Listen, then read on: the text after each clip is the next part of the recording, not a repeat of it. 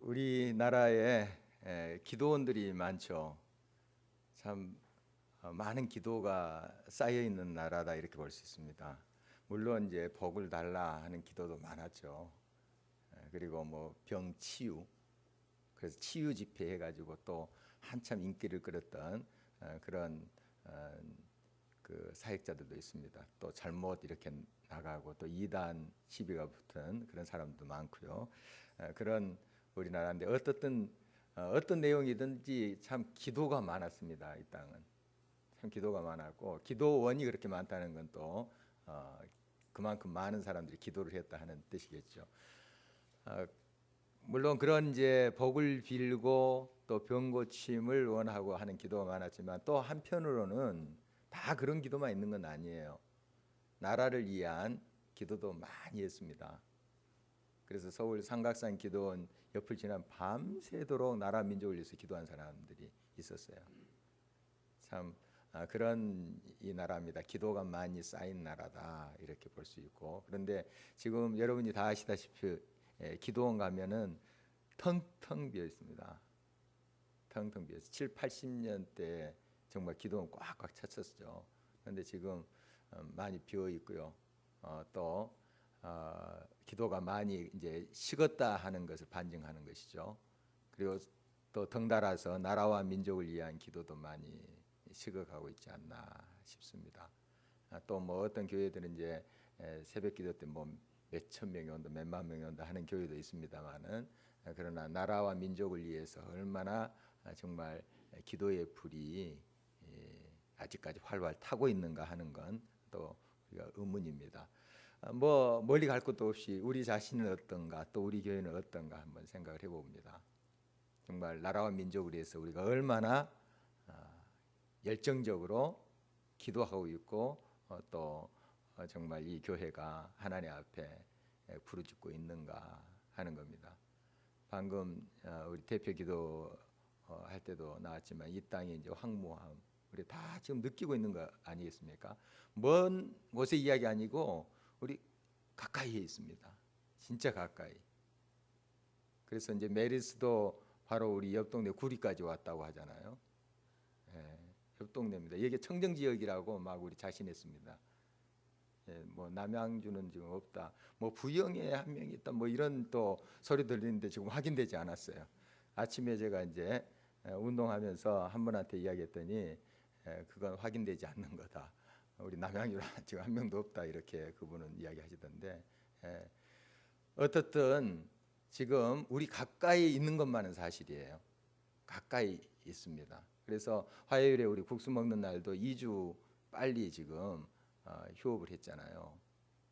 그래서 어제는 우리 사역자들이 다 나와가지고 문 앞에서 그 설명하시느라고, 그리고 이제 아이스티 이렇게 준비하셔가지고 했는데 한 7, 80명인가 오셨다고 그런 것 같아요. 미리 또 아시고 이렇게 안 오신 분도 꽤 있었습니다. 이렇게 어떻게 소문이 잘 또 전달됐는지요. 그래서 우리도 경계를 하고 있습니다. 이게 그냥 안이하게 우리가 대처해서는 안 된다 하는 그런 것들을 느끼고 있습니다. 두려워하자는 것이 아니고요, 또 우리가 이런 것을 잘 경계해서 지혜롭게 하자는 그런 의미죠. 너무 안이해도 안 되겠고, 또 너무 공포에 떨어도 안 되겠습니다. 우리가 이제 선택할 수 있는 것은 이런 것을 우리가 어떻게 의료 기술로 우리가 막고 백신을 우리가 개발하고 참 하기는 어렵잖아요. 우리가 할 수 있는 것이 뭐겠습니까? 우리가 기도하는 것이죠. 그리고 그 의료진들이나 이건 이제 최일선에서 이 문제를 해결하는 분들을 지원하고 또 마음으로 후원하고 격려하고 우리가 그렇게 해야 되겠습니다. 그러한 부르심이 있겠고, 또 이 땅에 여러 문제들 우리가 많이 서로 이야기하면서 고민하면서 씨름하고 있잖아요. 이거 그냥 말로만 서로 이렇게 걱정만 할 것은 아니죠. 우리 하나님을 찾아야 될 때고 부르짖어야 될 때다 하는 거 우리가 다시 한번 절박하게 느낍니다. 우리 크리스찬들이 지금 깨어나야 될 때예요. 풍랑이 일고 있는데 계속 우리도 잠자고 있으면 안 되죠. 예수님 일어나 좀 잠잠케 해주소서 이렇게 해야 되지 않겠습니까? 우리가 예수님이 우리 함께 하시잖아요. 지금 예수님이 지금 타고 있는 배가 막 출렁거린다고 지금. 그런 가운데 우리는 예수님이 깨워야 되지 않겠습니까? 도와주세요. 도와주세요. 지금 그래야 되는데 우리도 같이 이제 자버리면 그 어떻게 되겠습니까? 우리가 다시 한번 오늘 우리 민족 나라를 좀 생각하면서 같이 기도하는 시간을 가졌으면 좋겠습니다. 오늘 이제 말씀은 에스겔 선지자가 보았던 환상에 이어서 그 마른 뼈의 환상 여러분 잘 아시죠? 에스겔 37장에 이어서 이제 하나님께서 그 명령하신 대로 이제 이 에스겔이 그대로 순종하면서 백성들한테 보여주는 어떤 시청각 교육의 내용입니다. 무슨 내용이냐면은 이스라엘은 솔로몬 이후에 남북으로 갈라졌습니다. 그래서 분열 왕국이라 하죠. 북쪽 이스라엘, 남쪽은 유다 이렇게 이름을 붙였습니다. 그리고 통틀어서 이스라엘이라고도 불러요. 그런데 그렇게 이제 나라가 분리됐는데 그 북쪽 이스라엘은 10지파로 형성됐었고요. 남쪽 유다는 이제 베냐민 지파하고 레이 지파는 이제 흩어져 살았지만 예루살렘이 이제 남쪽에 있었기 때문에 유다 쪽에 있었기 때문에 그쪽으로 많이 유입이 됐습니다. 분열된 이후로. 그래서 레이 지파 그리고 시므온 지파도 조금 일부가 남쪽 유다에 속해 있었습니다. 이렇게 이제 분열 왕국이 됐죠. 쭉 이렇게 진행되어 온 한 400년이 흘렀어요. 그렇게 갈라져서 400년이 연연히 이제 흐르고 400년 이상이 됐죠. 지금 그 시점에서 하나님께서 에스겔에게 말씀하신 것입니다. 그 전에 마른 뼈 환상도 그런 거예요. 이제 그 이스라엘 백성은 다 죽은 듯이 마른 뼈가 무슨 소망이 있겠습니까? 이제 그 나라의 형편이 황무하고 소망이 없어요. 그러나 하나님이 말씀하심에 하나님의 영이 들어가면 그 마른 뼈가 살잖아요. 큰 군대를 이루었더라. 여러분 많이 들었던 그 에스겔의 환상입니다. 바로 이 말씀에 이어서 지금 이 분열된 그러니까 남과 북으로 갈라진 이 나라가 마른 뼈가 살아나듯이 하나가 되어서 다시 굳건하게 서리라 하는 이제 말씀을 에스겔에게 하나님께 주신 거예요. 그래서 이제 에스겔에게 이렇게 하라고 그래요. 오늘 16절 말씀 보면 이런 말씀이 있습니다. 같이 읽겠습니다.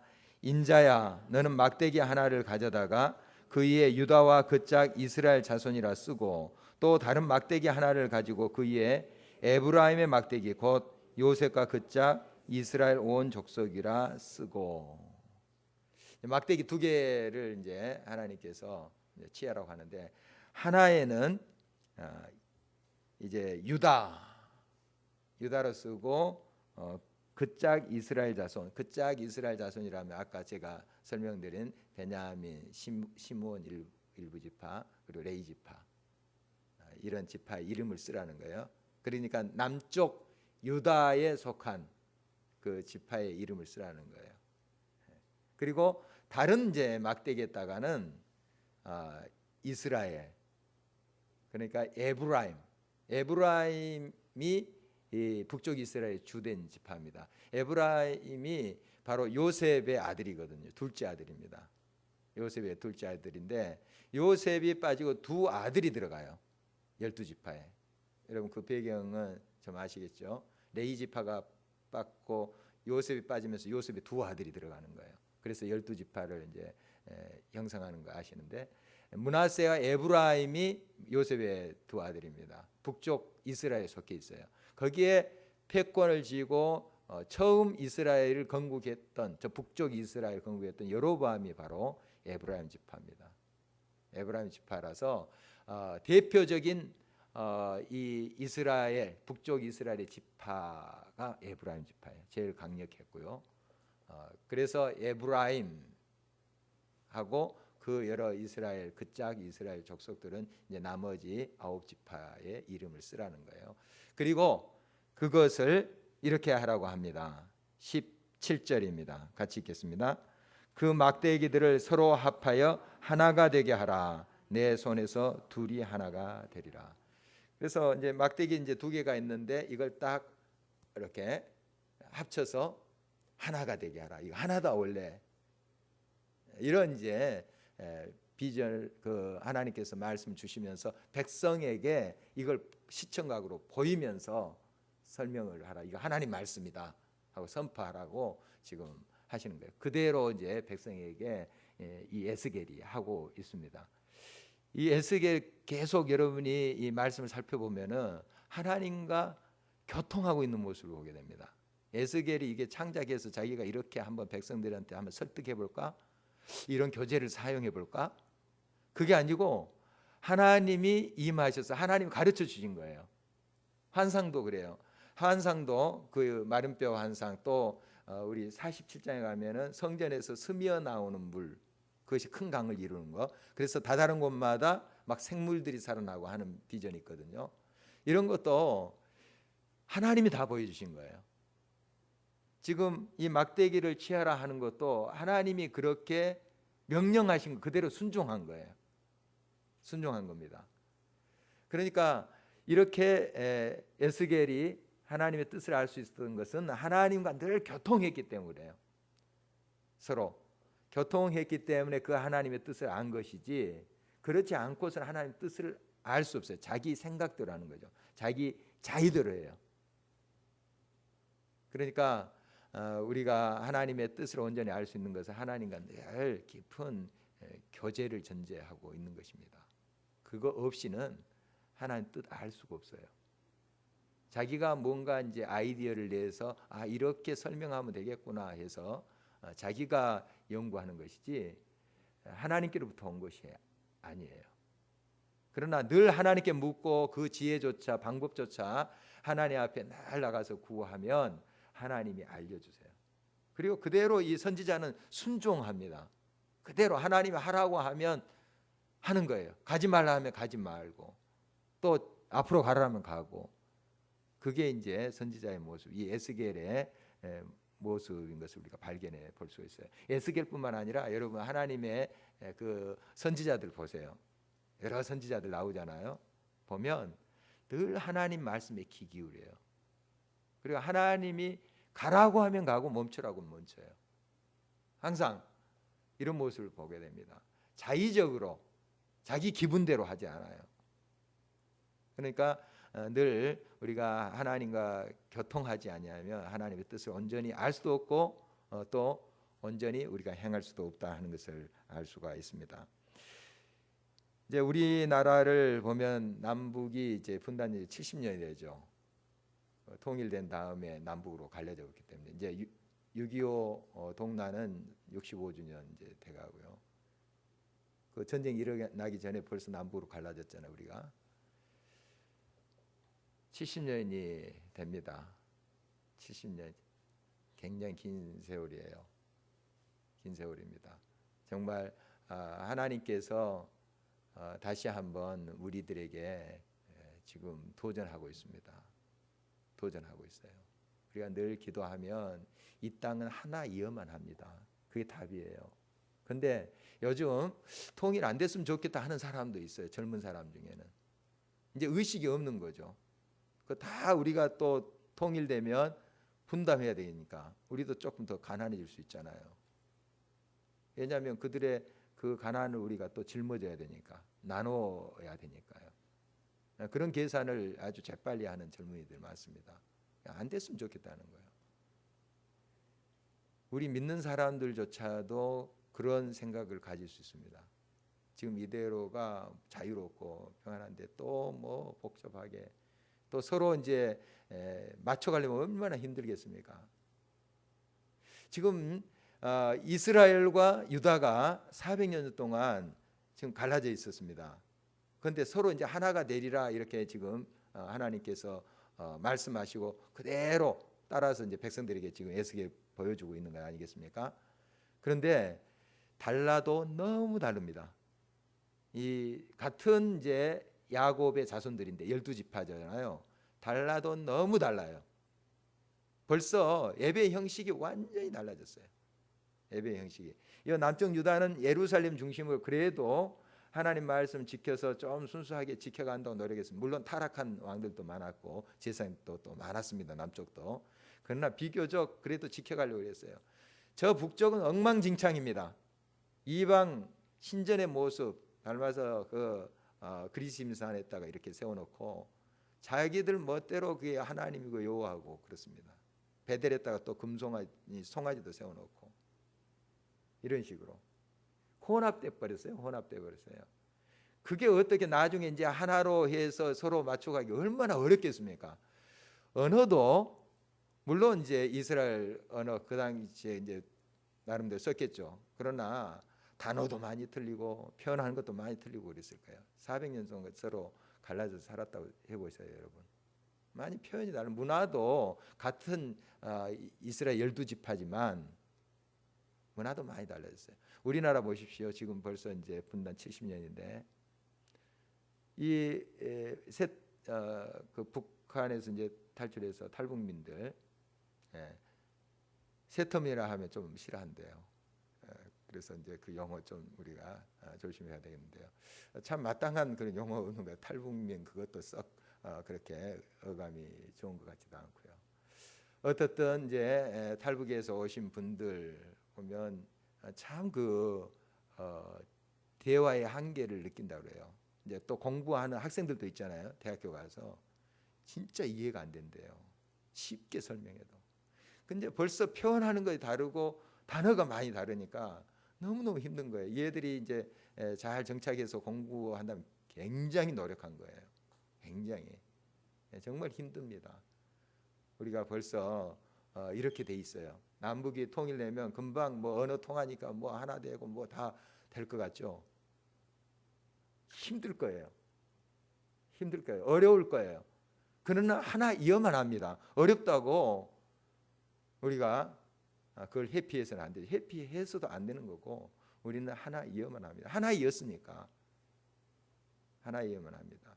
정말 우리 크리스찬들이 이것을 확실히 붙잡고 기도해야 됩니다. 많이 어려울 거예요. 어렵습니다. 지금 이스라엘과 유다가 이렇게 서로 합쳐져서 서로 맞춰간다는 게 얼마나 어렵겠어요. 그러나 하나님은 하나가 되리라.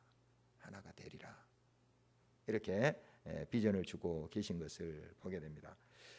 그래서 바로 이 모든 것들을 백성들이 이제 이게 무슨 뜻이냐 하면 이렇게 설명하라 에스겔에게 친절히 안내하고 있는 그 모습을 보게 됩니다. 그리고 20절 말씀 함께 21절 읽어보도록 하겠습니다.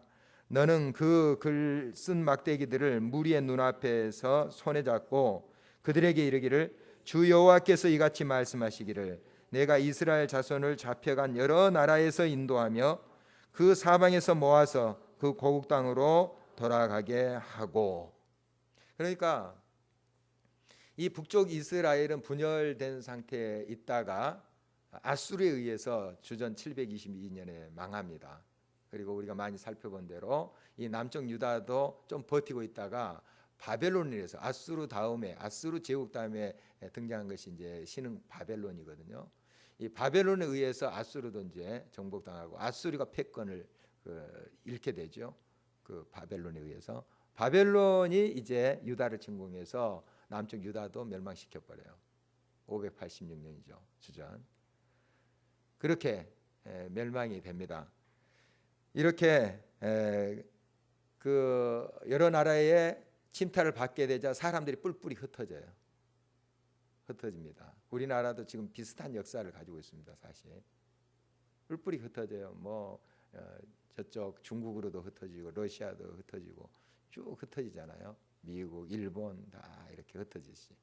그때 이제 하나가 될 때 다 그 흩어졌던 자들을 모으리라 하는 이제 말씀입니다. 말씀이에요. 여러분, 이 나라의 그 역사도 참 보면은 많은 한이 있습니다. 우리가 잘 알고 있습니다.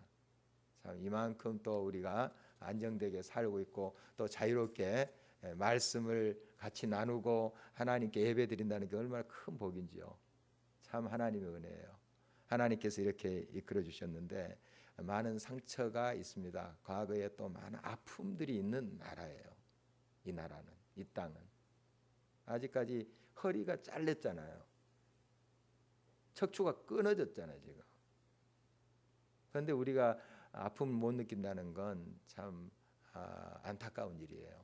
물론 항상 우리가 슬프게 지내자 하는 건 아닙니다. 고통 느끼면서 항상 우울하게 지내자는 건 아니에요. 그러나 이 민족을 생각하면 그 말랐던 그 눈물이 다시 회복돼야 되지 않겠습니까? 이 민족을 생각하면 정말 그런 이제 기도와 눈물이 많이 메말랐다 하는 겁니다. 누가 합니까? 누가 이 민족을 그렇게 생각하면서 누가 그렇게 이 민족의 아픔을 보듬어야 되겠습니까? 우리 믿는 사람들이 해야 돼요. 그 누구가 아니에요. 그 누구가 아닙니다. 우리가 뭐 큰 운동을 하지 못한다 할지라도 기도할 수 있잖아요. 더 깨어서 주님 앞에 나와서 더 하나님 앞에 부르짖어야 될 그러한 우리의 책임, 또 이것은 또한 특권이기도 해요. 정말 놀라운 그러한 특권입니다. 그런 것을 통해서 하나님께서 고치시니까, 그 땅을 고치시니까 우리의 간구와 부르짖음을 통해서 그러한 끊어진 것을 연결시켜주고 회복시키시니까요. 그러니까 이제 성경 말씀 보면은 우리가 많이 같이 또 묵상하고 나누지만은 하나님의 약속은 분명코 이루어집니다. 그러나 우리의 기도를 통해서 이루어집니다. 하나님이 하세요. 하나님이 역사하시고 하나님이 하세요. 하는데 하나님께서 우리의 기도를 원하세요. 꼭 그래요. 하나님께서 여러분의 개인적인 삶 속에도 놀라운 계획들이 있어요. 놀라운 것을 채우십니다. 역사하세요. 그러나 여러분의 기도를 원하시는 거예요. 바디메오 우리가 알잖아요. 그가 부르짖고 다윗의 자손이 소리칠 때 예수님 그가 뭘 원하는지 다 알아요. 아세요. 가까이 가서 내가 뭘 원하는지 물으시잖아요. 내가 눈뜨기를 원합니다. 고백하기를 원하세요. 눈뜨기를 원합니다. 여러분 기도하기를 원하세요. 부르짖기를 원하세요. 다 아시는 그 주님께서 우리가 부르짖기를 원하세요. 이 땅의 황무함과 이 땅의 고통을 우리 하나님은 얼마나 안타깝게 보실까요? 정말 하나님처럼 그렇게 정말 안타깝게 여기시는 분은 없을 거예요. 그러면서 우리들이 도전하고 있는 겁니다. 이 나라 이 민족을 안타까움으로 바라보면서 부르짖으라 하는 거예요. 우리는 하나가 돼야 됩니다. 이 땅은 회복돼야만 돼요. 이 민족은 회복돼야만 됩니다. 그게 하나님의 뜻이에요. 하나님의 뜻이에요. 제 생각이 아니라 하나님 그걸 원하세요. 하나로 되는 거. 그걸 위해서 너희들이 기도해라. 부르짖어라. 지금 부르짖어야 될 때다. 이렇게 말씀하고 있는 것입니다. 왜 이스라엘이 이렇게 분열됐나요?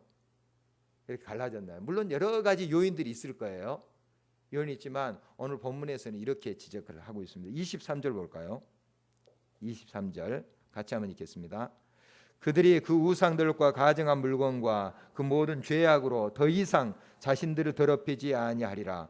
내가 그들을 그 범죄한 모든 처소에서 구원하여 정결하게 한즉 그들은 내 백성이 되고 나는 그들의 하나님이 되리라. 앞으로 이렇게 하나가 되어서 하나님께서 모든 것을 회복시키시고 고치시고 그들을 정결케 한다. 거룩하게 하신다 하는 약속이잖아요 지금. 그래서 그 하나님과 이스라엘 그 하나님의 백성 사이의 관계가 끊어져서 그동안 피폐해지고 황폐해졌다는 그런 뜻입니다. 그러니까 다시는 우상과 가증한 물건과 그 죄악으로 그 자신들을 더럽히지 아니하리라 하는 것은 그동안 그렇게 그들이 살았다는 거예요. 그래서 그 결과로 찢어지고 황폐하게 되고 고통당했다는 그런 뜻이에요. 앞으로 하나님께서 이제 회복하실 때는 그 모든 것들을 잘 또 씻고 하나님과 바른 관계 속에서 거룩함으로 나아가게 되리라. 이런 약속입니다. 그러니까 이 말씀 속에 우리가 뭘 알 수 있습니까? 우리가 우상을 섬기기 때문에 이 땅이 이렇게 어렵게 되는 거예요. 우상을 섬기기 때문에, 하나님과 관계가 단절되어 있기 때문에 이 결과가 온 거예요. 물론 많은 요인들이 있을 거예요. 많은 요인들이 있을 거예요. 그 우상이라는 것은 우리가 항상 생각했듯이 어떤 뭐 형상을 이렇게 만들어 놓고 절하는 것도 우상이지만, 하나님과 바른 관계를 맺지 못하고 세상의 가치관을 따라서 자기 욕망과 자기 주장, 자기 중심, 자기를 위한 그것으로 삶의 목적과 모든 방법과 모든 것들을 세웠기 때문에 그런 거예요. 그것이 우상인 것이죠. 그래서 이 우상은 뭐 당군상, 여러분 상상할 수 있죠. 그것보다 더 무서운 우상이 교회 안에 있는 거예요. 당군상 도끼로 찍었다 해서 우리가 우상 타파하고 이 땅이 거룩해지나요? 교회가 우상을 섬기고 있어요. 교회가 하나님의 영광을 드러내야 될 교회인데 자기의 명예와 자기의 영광을 드러내고 있어요. 정말 이러한 이제 모습들을 우리가 얼마나 많이 보고 있습니까? 또 우리 자신도 한번 살펴봐야 되겠습니다. 나는 왜 교회 다니는가?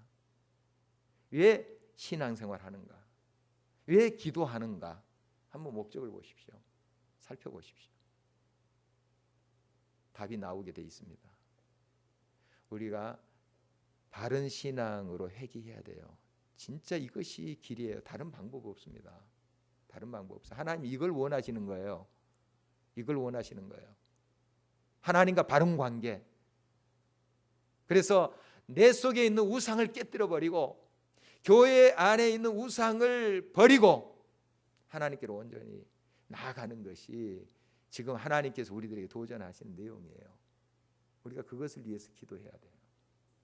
정말 그러지 않고서는 이 민족 소망 없습니다. 누가 해요? 누가? 물론 정치적으로도 많이 노력을 해야 되고 경제적으로도 우리가 많이 준비를 해야 되겠어요. 통일을 위해서, 하나됨을 위해서. 그렇지만 가장 중요한 것은 우상을 제거하는 거예요. 우상을 제거하는 거예요. 이게 하나님의 손 안에서 이게 해결되고 하나 되지 않으면 불가능합니다. 아까 언어 이야기했지만은 이 언어조차도 같은 말, 한국말 쓰고 있는 것 같은데 안 통해요. 안 통해. 무슨 말 하는지 안 통한다고요. 사상이 틀려요. 생각의 구조가 틀려요. 벌써 몇십 년이 됐어요.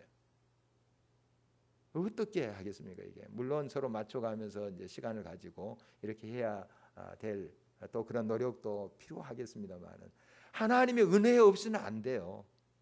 하나님의 은혜는 우리가 하나님 앞에 우리를 겸비하게 비우고, 하나님 우리가 죄를 지었습니다. 우리가 우상을 섬겼습니다. 하나님 대신에 내가 있었고 세상의 가치관을 바라봤습니다. 철저히 인정하고 하나님께 돌아서는 길밖에 없어요. 그것이 길입니다.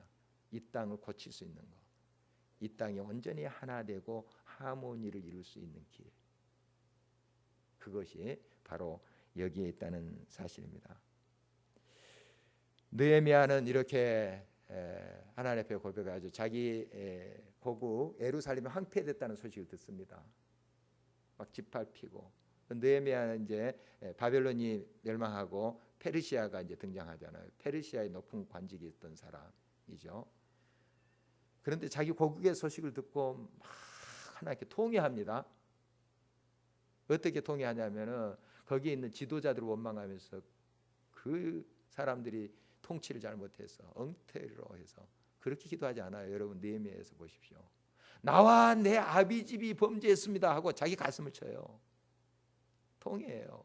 자기가 무슨 잘못했습니까? 사실 정말 하나님의 의를 위해서 또한 정직하게 행하려고 하고 그 페르시아에 높은 관직이 있지만 하나님 법대로 살려고 하고 했던 사람이에요. 그런 사람입니다. 그런데 자기 가슴을 쳐요. 통회합니다. 나와 내 아비 집이 범죄했습니다.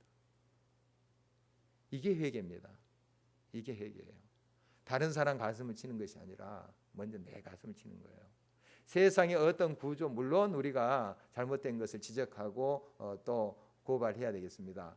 그렇지만 우리 교회가 잘못하고 있어요. 진짜 우리 교회가 잘못하고 있어요. 그게 심각해요. 그게 지금 하나님께서 저를 통해서 도전하는 말씀이 그겁니다. 이 교회를 하나님께서 회복하기를 원하세요. 한국 교회가 제정신 차리고 회개해야 됩니다. 교회가 회개해야 돼요. 교회가. 그러기 위해서는 그 교회의 일부가 우리지 않습니까? 우리 한 사람 한 사람이 진정 하나님과 바른 관계 속으로 가야 됩니다. 하나님께로 회개해야 돼요. 하나님과 바른 관계를 맺어야 돼요.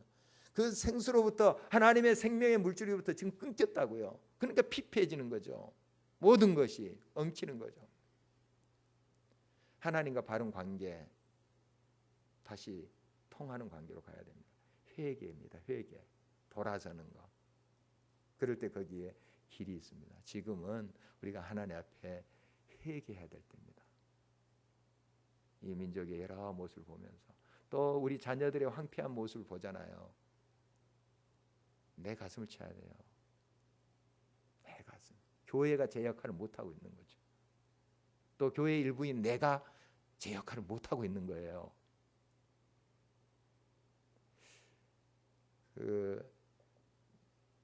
A. 닐이라고 하는 교육학자가 있습니다.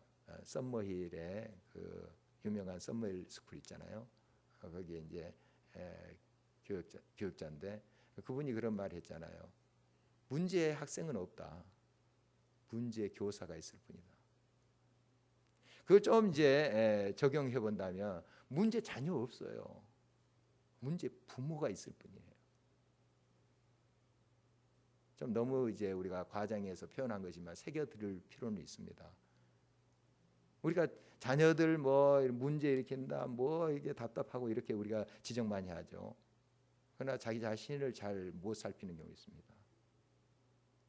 이게 바로 나 자신이 하나님께 바로 서라는 그런 부르심이에요. 그런 사인을 통해서 내가 바로 서라 이렇게 하나님께 도전하고 있는 거예요. 네가 바로 서라. 네가 우상을 깨뜨리고 삶의 신앙의 바른 모범을 보여라. 이렇게 우리들이 도전하고 있는 거예요. 물론 우리 자녀들을 훈계하고 바른 길을 또 가르치고 해야 돼요. 해야 되지만 더 근본적인 문제는 내게 있어요. 자녀에게 있는 것이 아니고 내게 있는 거예요. 그래서 하나님 앞에 우리가 먼저 내 자신이 바로 서야 돼요. 내 자신이 깨어서 하나님 앞에 말씀 앞에 바로 서서 행해야 돼요. 그게 길이에요. 그것이 문제 해결의 출발인 거예요. 그리고 우리가 훈계할 건 훈계하고 또 이끌어야 될 것은 이끌어야 되겠죠. 마찬가지로 우리 교회가 바로 서야 돼요. 이 사회 여러 부분에 대해서 우리가 이야기할 수 있고 또 저렇게 해라 이렇게 해라 할 수 있습니다. 그렇지만 교회가 본을 보여야 돼요. 교회가 하나님의 뜻대로 바로 서야 돼요. 하나님이 원하시는 모습대로 정말 하나님의 말씀 중심으로 하나님의 영광을 드러내는 교회로 바로 선다면 이 땅 소망이 있습니다. 하나님의 놀라운 그 약속이 성취될 날이 얼마 남지 않았어요. 정말 이 사실을 우리가 정말 깊이 깨달아야 될 것입니다. 그래서 24절 이렇게 말하고 있습니다. 앞으로 회복될 때 이런 역사가 일어나리라 하는 것이죠. 같이 한번 읽겠습니다. 24절입니다. 내 종 다윗이 그들의 왕이 되리니 그들 모두에게 한 목자가 있을 것이라. 그들이 내 규례를 준수하고 내 율례를 지켜 행하며. 규례, 율례, 이 말씀이에요. 말씀. 그러니까 앞으로 이제 말씀 중심으로 회복될 것이다 하는 그런 말씀이죠. 이것 이제 조금 더 바꿔서 생각하면 지금 그대로 살고 있지 않다는 뜻입니다. 그러니까 너희들이 이렇게 황폐하고 지금 이렇게 참 어려움 속에 아직 있다는 그런 메시지예요. 말씀대로 행하지 않았기 때문에. 그게 아까 우상을 섬기는 것과 굉장히 깊이 결부되어 있는 말씀이에요. 말씀을 떠났다는 거예요. 생명의 말씀이 없으니 그들이 죽어가는 수밖에 없죠. 메말라가는 수밖에 없죠. 말씀으로 돌아가야 됩니다. 말씀으로 돌아가야 돼요. 지금 굉장히 우리 이제 교회들, 한국 교회들이 막 부흥하고 했다는 그런 걸 우리 잘 알고 있습니다. 또 큰 교회들도 많고요. 많은데 물론 지금 이제 숫자상으로는 우리 개신교가 줄어들고 있습니다.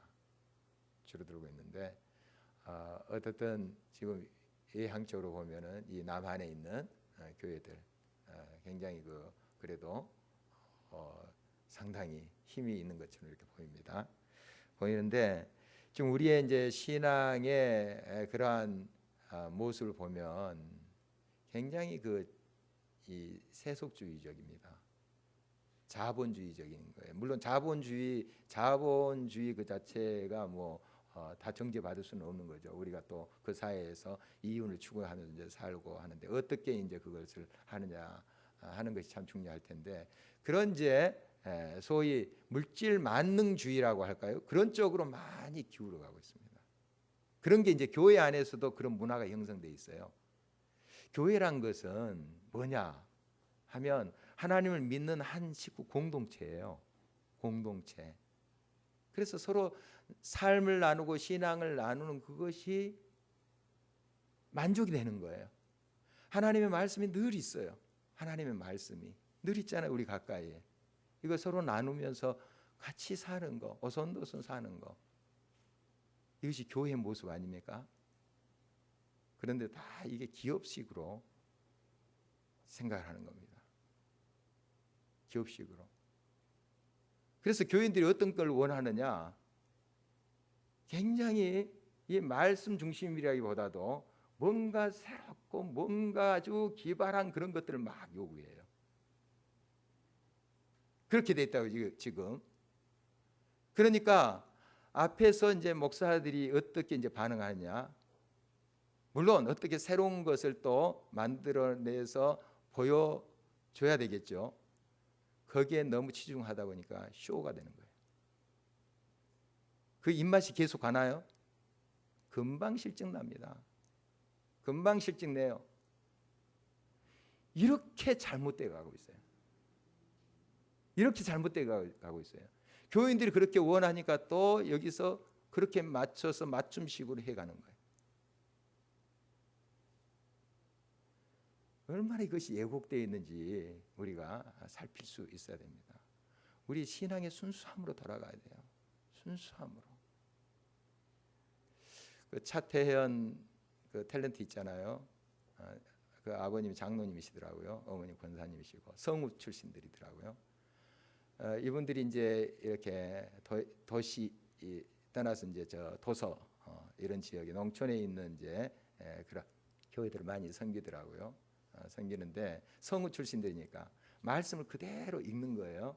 읽는데 이제 그 아버지 70세가 넘었는데 예수님 역할을 한다고 이제 권사님이 이렇게 제가 이제 기독교 잡지에서 읽은 내용인데 아직까지 제 주제도 모르고 예수님 역할을 한다. 70세도 넘었는데 그렇게 인터뷰를 했더라고요. 그런데 이제 두 분이 성우 출신이니까 지금도 성우를 하신 것 같아요. 근데 이렇게 예수님 역할 할 때는 딱 하고 여기 아이 목소리나 또 그 주변에 무슨 소리는 또 이 권사님 하세요. 부인 그대로 성경 읽는데 막 은혜가 된다. 성경을 그대로 읽는 거예요. 그런데 성우들 읽으면 또 막 그 입체감 있잖아요. 이게 같은 말씀이라도 우리 교회도 또 이렇게 같은 말씀 읽는데 막 그 감동을 주는 집사님들이 있잖아요. 몇 명. 그냥 같은 말씀인데 막 그 와닿는 그런 일을 하고 있더라고요.